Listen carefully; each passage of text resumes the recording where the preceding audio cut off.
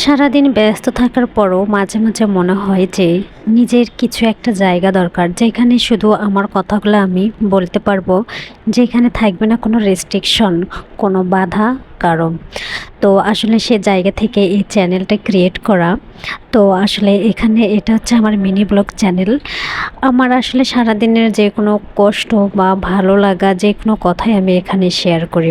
তো আজকেও আমরা সবাই একটি ঝুলন্ত রেস্টুরেন্টে এসেছিলাম। আসলে অনেক শুনছিলাম এখানকার নাম, সে জায়গা থেকে ভাবলাম যে একটু যাই, একটু দেখে আসি আসলে কেমন এই রেস্টুরেন্টটা।